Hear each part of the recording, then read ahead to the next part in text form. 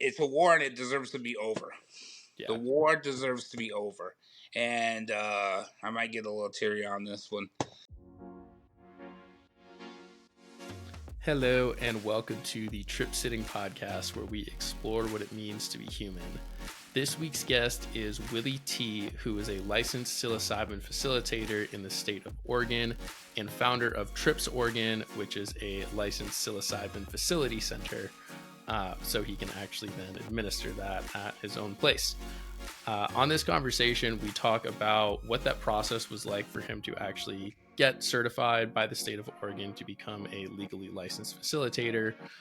We talk about his role in drug reform over the years in actually many different states. And we just talk about why this is so important to him and why he wanted to really go down this route. And this was an amazing conversation. Willy was somebody that I met at Psychedelic Science, and we immediately hit it off when we talked there. So I knew that I had to have him on the podcast. Also, just want to let all of the listeners know at the beginning, there was just a slight problem with just some like beeps that were happening because we were recording in Willy's smoke shop. So there's only like a couple of problems for like the first 4 minutes. After that, it's completely fine, and you honestly might not even notice it because I tried my best to edit it out, but just wanted to preface that here. Also, before we begin, if you wouldn't mind rating this podcast wherever you're listening to it, that way we can get in front of more viewers, and also make sure that you're following and subscribe to it, and then also make sure that you're following me on social media at tripsitting.blog. Now, without further ado, here is Willy T. Thank you for joining me on the Trip Sitting Podcast. I'll just give a brief introduction, but today we have Willy T, who is the third licensed psilocybin facilitator in the state of Oregon and the founder of Trips Oregon, which is a psilocybin facility, I guess would be the best term for it. Yep, a place to enjoy psilocybin, both entertainingly or interpersonally. Gotcha. And so you're not the first facility though to open in the state of Oregon, correct? Sadly, not. I'm highly competitive, but my state definitely took, some care on being equitable, Mm-hmm. and so I really love the fact that they did that. And they were, I'm not the first, but definitely one of the top 10 here, and really excited to be working with some of the people that licensed. Like the first grow license here was a lady from Portland, so really amazing stuff. So really proud of my state taking an initiative like that. We really show the country how to do it. Yeah, so I mean, Oregon is the first state to actually offer legal psilocybin services because I live here in Colorado, and know that it's been legalized, but it's not officially going to be allowed to be administered to people, I believe, until 2024. Yeah, you guys were decriminalized Yeah. for a while, and then this year you guys legalized, and it'll take a couple of years to roll out the regulatory framework, of course. But Colorado was always quick at doing that, so it'll be fun to see. Yeah, I mean, I think that having you guys sort of be the guinea pigs probably is going to help a little bit to see what happens this year. So then we can see what works and what doesn't. Yeah. I mean, so I know that obviously us, but as well as I mean, the entire country is definitely looking to you guys for, is this going to work? Can this be done safely? Hmm. And it's really really exciting to see. So I wanted to ask you, like, the first question is, Yeah. what was the process like for you yourself to actually get certified to be able to administer psilocybin? Nice. It was a difficult process, very nerve wracking. When the state first launched, there was a lot of programs, a lot of schools opening up. But the state quickly stepped in, the higher education board stepped in, and they said, hey, if these are higher education businesses, certifying and accrediting people, they need to get certified as higher education. So at first I kind of slowed down the process and made a lot of schools drop out. I applied to, I think, like 9 out of 10 of them, and I ended up getting approved for 3 of them. I got approved for Intertrek, which was one of the bigger ones. But I also got approved for the Changa Institute. And when I first started going to the Changa Institute, really felt like it was geared towards medical professionals and therapists. So when I got the acceptance letter, I was a little like, whoa. And I was like, I got to join that one. That is obviously the one I got to join. And so we joined that. We were in the accelerated program. And the accelerated program consisted of um, the accelerated program consisted of, um, I'm sorry, No the worries. accelerated program consisted of uh, 6 months of school. We did it in 3, Hmm. and we got that going on. So And does the normal program, is that the full 6 months? yeah, that's the full 6 months. Hmm. And the Chaga Institute also put us through a little bit extra. They had us do about 40 hours extra on top, which was nice. They also had us doing like thesis and stuff like that. Out of 1,500 applicants, she selected 200, and I guess I was in the top 200 there. And I'll never forget when I graduated, she told me, when I called you up, Willie T, your energy said you had to be in. So I was honored by that. Here we are. It Hmm. was really crazy too because we did our practicum. So when we were the first class. So that meant the practicum. We had to um, do our own practicum. Like there was nobody to do practicum for us because there's nobody else graduated. So that was a little bit of an issue. We had to figure out how to kind of back and forth with the state, but the state was very helpful with us, and we figured out how to get over our own practicums. And we did that for ourselves, and now we're able to serve practicum for other facilitators who are looking to graduate the program. So, yeah. Nice. Does the process of, I guess, like going through the training, I guess now, because it might be different for you, but does that process include actually doing like a real psilocybin session with somebody Yes. else? Yes, our teacher was very, and I respect her so much for this. We're going to get that bell turned off. So I'm sorry about that. No worries. Live on the podcast. That's how you know it's live, guys. Yep. All right. So, um, yeah. So the practicum, the teacher took it amongst herself. That was her main thing. She was like, she did not want anybody signing off anybody who had not already done practicum, already done psilocybin before. There was a group of us that was very experienced, but that was an issue that the teacher really wanted to make sure everybody had practicum. So there was 3 of us who, had experience. There was 3 of us who had never experienced psilocybin. The rest of us had. So we all worked together to make sure everybody had a psilocybin experience. We had some group sessions together amongst the people who had some experience, Hmm. which was amazing. That was one of the most funnest nights. I mean, I think one of the most best things was we haven't laughed this hard in so long. It really unified us too as a group, Yeah. as a school, which was really nice. And then the last night was supposed to be the big boy and girls night out, but nobody else had their papers done. Hmm. So we were supposed to go join some karaoke, and we did it. And I was the only one that was out there. And I went to the restaurant, and the lady said, "Oh, she's like, you're here by yourself, hon?" I was like, "Yep. Everybody else had to stay home and get their papers done. The only people that got their papers done was me and the 2 old guys." And then I thought about it for a second. I said, "I'm an old guy, ain't I?" You're like, wait a second, I'm in that group. What was the age range of the people that were in the class with you? I think that was the best part too. It was such a diverse group, Hmm. and that was the part that really moved me during the night of our practicum.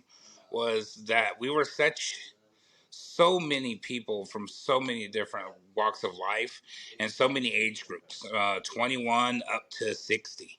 Hmm. And just like I said, so many walks of life. We had nurses, we had dispensary managers, we had guys like me. As you can see, I'm in my smoke shop right now. Um, and it was such a diverse group. And I felt like when we came together during our practicum too, we all had the same ideas for what we wanted to do here. Hmm. And it was really beautiful. I'll never forget one of my cohort friends. She was like, I get to tell all my, psychiatrist friends, I work with these really cool marijuana guys. And I said to her, I said, no way. I get to tell all my marijuana friends I work with these really cool psychiatrist people. So, um, and that after was another, you, go ahead. sorry, you go. And that was another thing I noticed too at the show. Me and my friend, we'd been in this for 20 years and we never thought there would ever be a day that this would come about. And here we are, at the maps, and we're, talking to doctors and psychiatrists, and they're listening to us, and they're not just looking at us with a stank eye. Yeah, And we were both a little moved by that. that's awesome. Now, after you graduate from, one of the accredited schools to, like Chong Institute, are you guaranteed to then be licensed by the state of Oregon, or then there are other hoops to jump through in order to then actually be licensed? There are other hoops to jump through. Once you get your license approved that way, then you gotta go through. You gotta do your background check, and then you also have to pass a test online. Okay. Test is fairly easy once you go through the course, but that's what you gotta do. Yeah. Gotcha. Do you think that it's almost too easy for some people to be able to maybe get into some of these accreditation places and then be licensed? Um, Mine, no. Hmm. No. I went into it thinking, okay, it's going to be 2 hours a day, and then I'll set 2 hours a day apart for research and schoolwork and stuff. So 4 hours a day. No, we were doing full 6 to 8 hour days, Hmm. writing papers, doing things. And so it was definitely very busy. I could imagine that the not accelerator programs were Yeah. probably a lot more relaxed. And I've also been discovering other programs don't have quite the requirements we had. Like we had to write a thesis, we had to write papers, we had to write midterm papers, we had to do presentations. Hmm. I give it up for Lisa over there. She really pushes you and makes the best. Yeah. I do, and I've started to see some of the services other people had. Like even one company, they completely failed and bankrupted before they even got their first cohort graduated. Damn. So I imagine that's they're just like with anything, there's players in it for the people, and there's players in it for the money. Yeah. And the schools that are in it for the money, they're going to be pumping people out. But the schools that are in it for the people are taking really good care to make sure they are for the people. So Yeah. I mean, I have no doubt in that. And like, I mean, I'm familiar with Chonga Institute and like the great work that they do. And, again, people that come out of there don't worry me at all. But it's the fact that there definitely still are the places that exist that are just trying to pump people out. And yeah, even if they've gone through the, state required guidelines to be able to be considered a school to then, give accreditations, those people are then still going to be released onto the world. yeah, And that's what sort of worries me a little bit about the fact that it is still the state at the end of the day that's deciding who's going to be a licensed facilitator and who's not. And I don't necessarily trust them to be able to know how to make that decision without just being, way too objective. and I think I used the wrong word for thesis. Thesis is the end of something or the idea of something. I think it was dissertations is what we did. Dissertation. Hmm. And because they want it to be an open question that we study and we continue to study. Yeah. And I was quite surprised to find out other schools don't even have anything like that. They're like, oh no, we just did the program. It's like, wait. So basically, you know, you just showed up and listened to somebody lecture, and then that's what they called it. Because in Changa, we were very much involved. Everybody conversated. We did practice. And we did a lot of things together. As for the state of Oregon, I got to give it up. I fought for legalization in Washington State. I also have family out in Colorado too, so trips Colorado is also a thing too soon. So don't worry about that. We got family out there as well. My lady's from there. My son's half Denver Knight. Go Nuggets. So yeah, so you know the thing about it, when like I worked with Washington State for legalization, and we were lobbying and we did all that stuff, and it was very much like, we are the state, you are the people, like, and there was very much that divide. And I gotta Mhm. say, here in Oregon, it doesn't feel like that at all, really. Like, my inspector, we're sitting there talking about people we know and stuff, and we run with a lot of the same circles, and a lot of it feels really more personable, connected. The head of the board, is a phone call away. And I really got to give it up for Oregon in that sense, that they really try to blur the line of what's the state and what you are. They don't get me wrong, they're the state, but at least for the Oregon psilocybin services program, Mhm. that's what I gotta say. Of course, you know, don't confuse it with the Oregon State Police. Mhm. OSP. They're definitely the state. But for the actual program, I feel they work with us. So. Hell yeah. That's awesome. So I gotta ask too, how much is this gonna run somebody if they wanna Whew. actually use your services? And I gotta say too, you gotta be careful, because, like you were saying, the people pumping things out. I think there's also a lot of groups of people who are doing schools for training that's not even accredited, Mhm. and that's popping up all over the place. My news feed on the corporation we shall never say, that used to make VR goggles. They it is just outrageous how many schools are in my feed right now. Yeah. Um, and so, because California is looking at eyeing things. So, there's all these California, hipsters that are like, oh, we got a school now. It's not accredited. It's not nothing. It's just like, go give us $10,000 and we'll say you went through this program. And that's what it's going to cost you. That seems to be the going rate right now, about 10K for Mhm. the schooling. So yeah, Got it. And and then then it's how another 2K for the license. okay. That's Yeah, what you pay to the state? that's what you pay to the state. Okay, gotcha. Yep. So, I mean, honestly, I feel like from what I know about other sessions that already exist that like are not even within like a state framework, simply just to like be a truly like trained and licensed facilitator and just go through that experience. 10K seems to be about what most of the ones that I know are. Um, But the thing too is, we studied like the first facilitators, and the first facilitators like Marina Sabina got to eat mhm. with her grandson at Maps. It was amazing, Wow. amazing. I had lunch with them. It was awesome. And like the first facilitators, he, it's I struggled with this during class, because here we are, we got to pay all this money, all this thing. But like the first facilitators are poor people, Yeah. are people who have lived in the struggle, who are struggling, who have survived the struggle, who have survived multiple heartaches, multiple heartbreaks, and they have the will to keep going. I come from that world, being in the cannabis and smoke shop industry. Our life has always been a battleground. We've always, I tell a story, when I was in Washington and we were gathering signatures for legalization. We were living in the basement of our store. We had no house. To take a shower, we used a bucket with holes drilled in it, poured water for one another.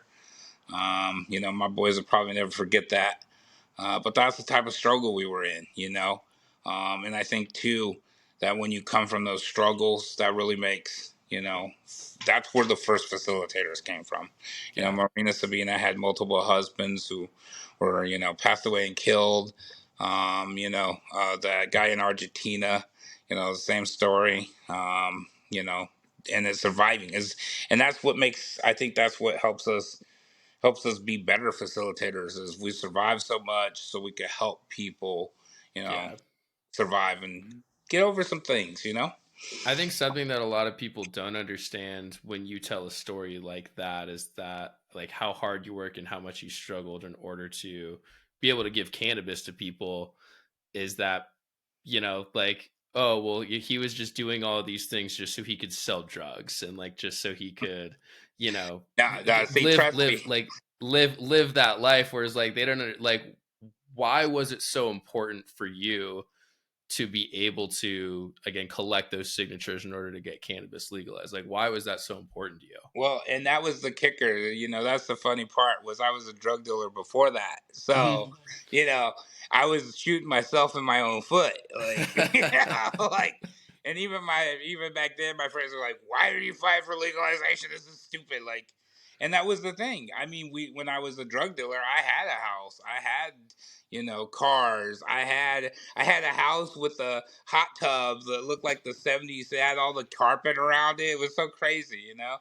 Um, and I fought for legalization, knowing it was shooting myself in the foot in that sense.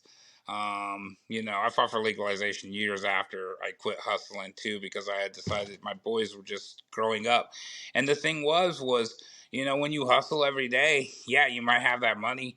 And the same thing happens with mushrooms right now. There's guys driving around Maserati cars. But when you're hustling, the reality is when you're hustling and when it's illegal, it can go away like this. In a moment's notice, the door can get kicked in. Guns can be drawn to your head, to your children's head. People are thrown out on floors, dogs are killed. It's a war. That's the thing people forget. And, we definitely forget it as we move forward with legalization. And it's like you'll be, smoking in Denver, having a great time, smoking in Oregon, go visit your friends in Idaho. You're smoking and somebody, wait, what? And then everybody's hiding and putting everything away. And you're just like, why is everybody hiding? Oh, yeah, this shit's illegal. I forgot. Like, and that's the reason why. That's the reason why I push forward. That's the reason I'm in this too, because we don't. It's a war and it deserves to be over. The Yeah. war deserves to be over, and I might get a little teary on this one. It's been a long war with a lot of people on both sides hurt, lives destroyed on both sides. And so when like we're out at dinner and I'm with a friend and I find out he's a former police officer, and we've been being friends for about 6 months now, and I have to say to him, I said, I was like, I got a toast for us. Take our glasses. I say, one day we may have, one day in the past we may have been enemies, but today we sit here as friends, and that's the point. The point is to end the war and to end the police brutality on people with when it comes to enforcing drug laws that are just these things hurt nobody. Mushrooms have zero. This particular mushroom, psilocybin, has zero toxicity. And the benefits far outweigh the dangers. I mean, look how much pharmaceuticals is pumped into every person. For every single thing you can have, and to know that there's a plant that could potentially, not plant, but a fungus that could potentially, I'm just moved because some of the NYU studies and some of our teachers was from NYU. Um, it's really amazing to see somebody go and use services one time and just be good, Yeah. and that's the reality. And sometimes it might take more, but this is a medicine that truly, and my investors hate hearing this. They do not like this talk. Uh, you know, you could potentially take psilocybin one time and be good. Yeah. Potentially, and that's also that's the other side of the flip coin is, there's a ton of money makers out here too running around saying that, psilocybin is going to solve everything for you. And that's just not the reality. Yeah. You know, it's all about neuroplasticity. Going off on the tangent here. And, Robin Carhart Harris talks about this. And for me, what it is It's like even when we're a child, our neuroplasticity is just like super set, right? And Hmm. it takes, 10, 20, 40 years. You eventually, your neuroplasticity sets into what we call our default mode networks. That's what tells us, how to drive a car without having to figure like how to drive, like think about how to Yeah, drive that's why a I car. can drive down the road and go to work and drive for 20 minutes. And then once I get to work, I'm like, I don't remember any of that drive whatsoever. Whatsoever. It's default mode. And the same thing happens for things that happen in our life, traumas, events, and different things that happen in our life. We get into one pattern of thinking about it. And Hmm. that's tends to be where our default mode networks is. So when other things happen, we think about it in that one pattern. So through psilocybin, you get different neuroplasticity. Your brain lights up and has tons of neural pathways talking to one another. Different parts of the brain talk to one another. And through that, you could take it and see things through kind of a different lens because you have a different way of thinking about it. And coming out of that session, and to me, that's why integration was so important because, the 60s, that's where it messed up. So many people woke up and seen things and then they didn't know how to like incorporate back into their lives, right? Yeah. I think So something that's misunderstood about neuroplasticity in general is like it's a term that's thrown around a lot, especially within the psychedelic community. When we talk about it, that like, oh, neuroplasticity, you need to be neuroplastic, you need to be making changes. But like, if you're just at this state of like neuroplasticity, it's then about what you put back into your brain to then actually create the correct parts of the brain that need to be talking to each other. But just because you're in a neuroplastic state, if you're then fed more shit, like it's not yeah, going to help you at all. Like you're yeah. you're just going to go you're either going to go back to exactly where you were, or it's going to get worse. So just that Mhm. term of being neuroplastic, like that's not necessarily just a positive thing, and that's why integration is so important, And which is that's again what what yeah. exactly, and that's what it is. Because like you don't want to remain neuroplastic. No. What you want to is redevelop and like in the jungle. You want to rerun those pathways. Yeah, you want to When you reset figure the default mode network. Like your default mode exactly, network is not inherently a bad thing, but everybody does hold on to a lot of trauma, and probably a lot more trauma than they realize. And yeah, so being able to at least take that step back, look at it from, a third person point of view and be like, okay, this serves me well. I'm going to keep that. This doesn't anymore. Let's try to rewire that part, and let's try to redo this and see how we could rethink about this. So then the next time it does happen, your default mode network just does the job it's supposed to do. yeah. And then you're running that pathway. And see, it really works too with childhood events because you see a childhood event through a child's eyes, right? And so, like when we're dealing with trauma, when you're able to revisit a childhood event with your brain open, and a lifetime of experience, a lot of people are able to realize, well, my parents, they kind of see it and they have the empathy, from a different perspective, which I find very helpful for a lot of people. Yeah, so yeah, we could talk forever about Robin Carhaier's studies. Love it, Yeah. Definitely got to find those pathways though, and once you find them, you got to run them. Yeah. That's one of the things too you said in the meditation, bringing yourself back to the present moment. I think that's one of the big movements for it is being able to figure out that pathway to get yourself back into your presence. Yeah. And So, just understand and like accept the present moment, feel everything that's there without judging it. And I think that's where, a lot of us just, again, subconsciously don't always know how to do that because it hasn't always been like safe for us to do. So yeah. I can go on about this, but I do want to I move on to the next I got question. one last thing to share Okay, before you yeah. go. No, it is a present because it is a present. Get it? Yeah. And the present thing too is like I just want to put it into your thoughts for a second. When we think about a present, the anxiety of wanting to open that present up. you know, that there's like so much anxiety, and that's like a good, understanding. Positive anxiety. Exactly. But there's also a good understanding for why, when we think too much about the future, how it builds anxiety. Am I going to get these bills paid? Or is this going to happen? What if that happens, right? Um, then we get to the present moment, and it's the most elated moment ever. We have it. It's just wonderful, right? But then very shortly afterwards, the toy, loses its interest. You put it on the shelf. Then you start thinking, man, I should have played with that toy more. I should have got this or that, and I should have done that. And that's where a lot of the regrets come from. Is worrying, thinking about, the decisions we made. And that's why being present is so presently important, because when you can bring yourself into the present, you can enjoy life and you can enjoy the things around you. Yeah, man, I couldn't agree more. That was beautiful. And so moving on though to the next question is, Definitely. so obviously you're starting Trips Oregon, and you guys will be able to take people in soon. You're the third licensed facilitator in the state yourself. Now, me as an individual, if I live in the state of Oregon, how much will it cost me to use your services? That's a great question. I love this question. It's always a difficult question, and it's definitely a heated question amongst many communities. But as you know, there's a lot of costs associated with this. Yeah.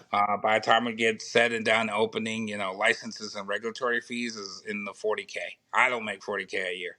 So, so, so this is tough.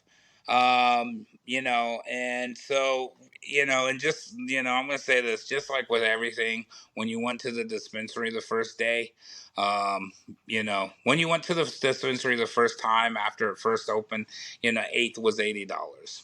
Now I can go down to my local dispensary and get one for $4. I mean, that's $1 a gram, right?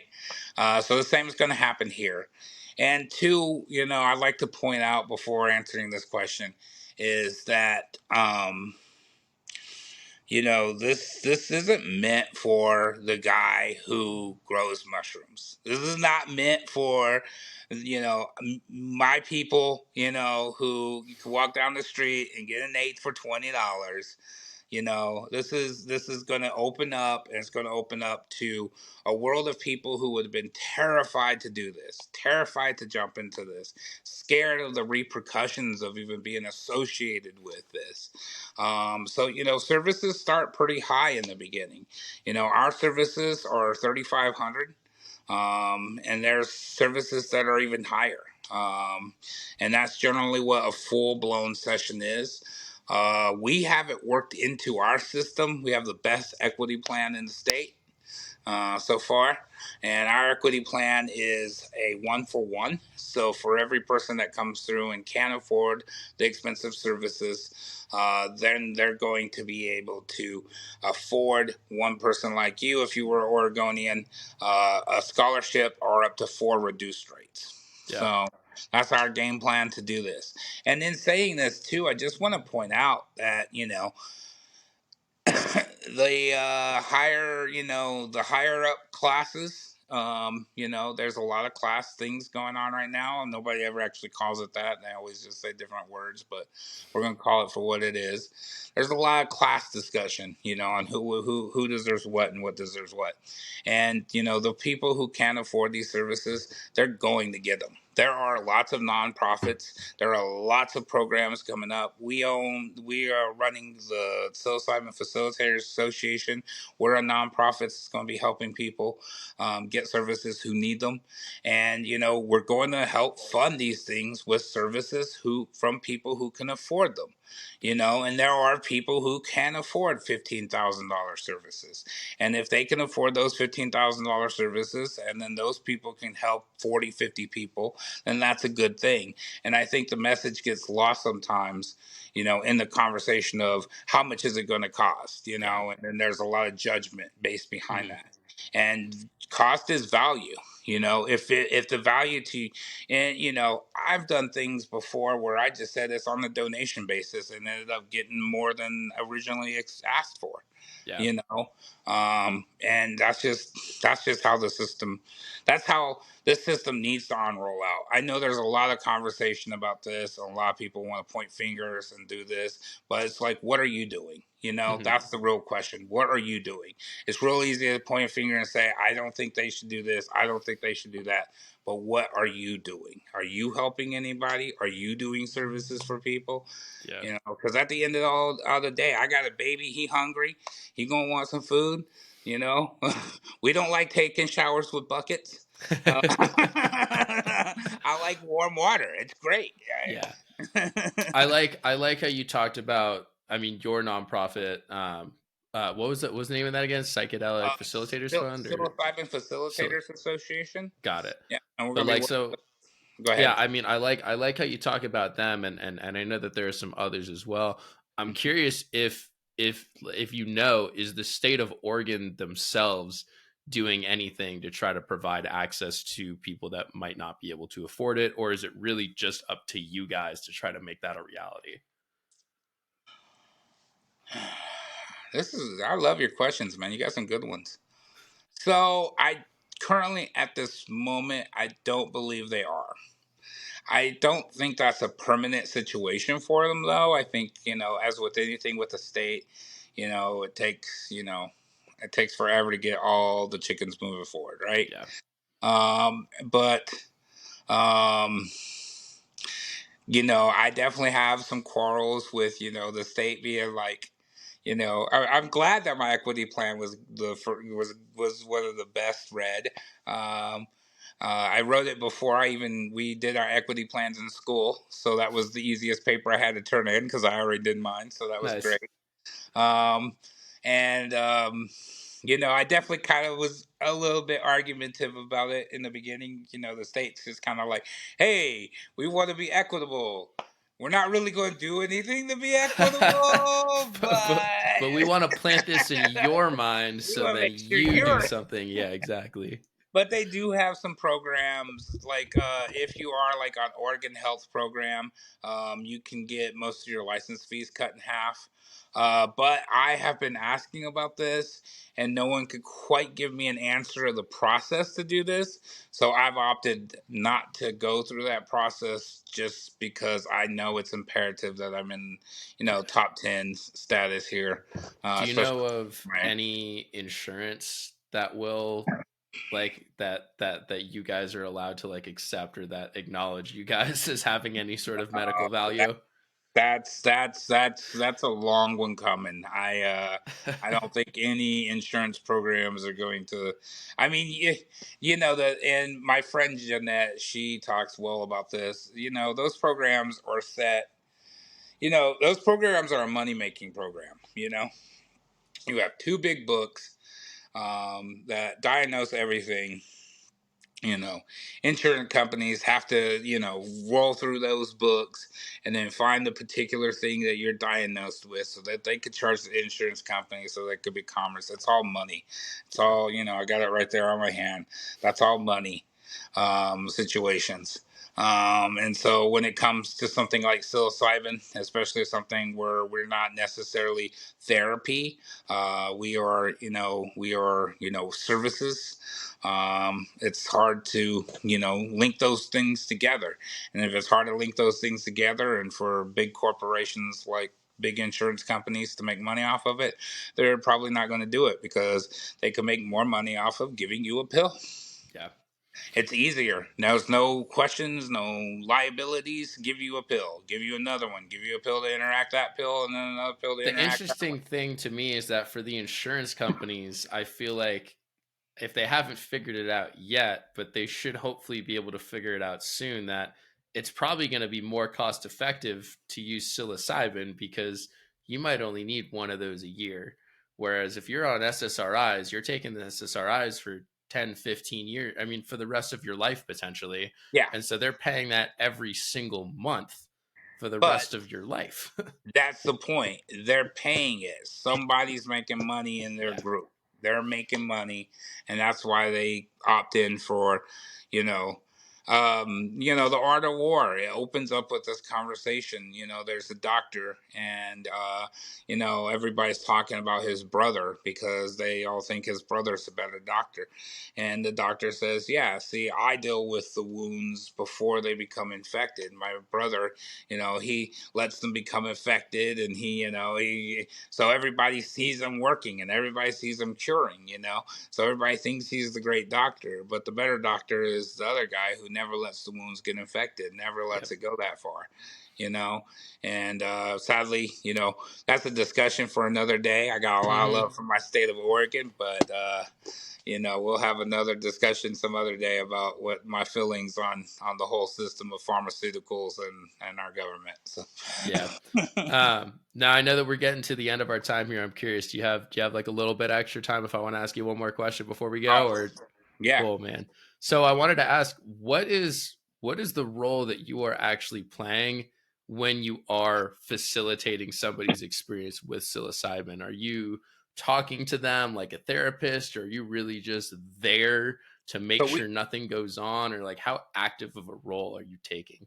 So we take a non-directive approach, and everybody has their own ideas on what that is. For me, I always like to, get some intentions from the client, and I'll have them write their intentions down. Um, I'm going to ruin myself here by saying this, but here we go. So I love for people to write their intentions down, and I don't even need to see them. I always have them write them down, put them in the envelope for later on, right? And what we'll do is we'll talk and discuss different things in their life in the beginning while the psilocybin's setting in. And just kind of explore it, tell me about your mom, tell me about this, and just, kind of explore their lives a little bit, you know. And once the psilocybin cat sets in, then we let them go interpersonal, and we let them, to me, that was a tough time. I've had to really train myself because I'm a loud salesman. I'm a showman. The old saying was you can't walk past Willie T's booth without getting a hello, a hi, or something. So for me, going interpersonal, being very present for them, so you can bring them into the presence, but very silent and patient. Is it was some training I had to do. I had to learn it. But that's the most important time, and so they'll go interpersonal, they'll explore their areas of needs, and then I find after roughly an hour or 2 hours of that, they usually come out and want to talk. So we talk a little bit, and this would be the fun part where you find out, that usually the intentions are not what you're trying to figure out. I always You're find like, that. I could have told you that from the beginning. Yeah, I could. I always find that a little fun. It's everybody always goes in with an intention, but after the session, Like, well, that they didn't happen. usually, yeah, they usually find out that they usually what it is they find the thing that's blocking the intention, Yep. you know and then through that, then you kind of, I always like to sum it up with some themes, and then we have a mini integration session, and if it's very deep, then that's when you want to go visit one of our more trained friends and help explore that, because that's what the psilocybin does. I say it like this, man. Psilocybin is like a library of your mind. It has every book you could ever imagine, right? And you're going to be able to walk in, the library is going to feel different, the air is going to feel different, you're probably going to feel it on your skin, your heart might race a little bit, you might have different smells, taste, you might feel a little nausea, because it's so different. But you're going to be able to pick up and touch the books, right? You're going to feel them, you're going to feel different, you're going to open the book, and you might be able to read the title of the book, right? But you're not going to be able to read the book.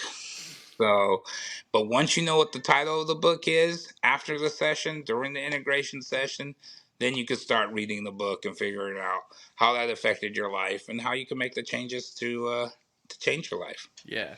And even maybe start writing your own book.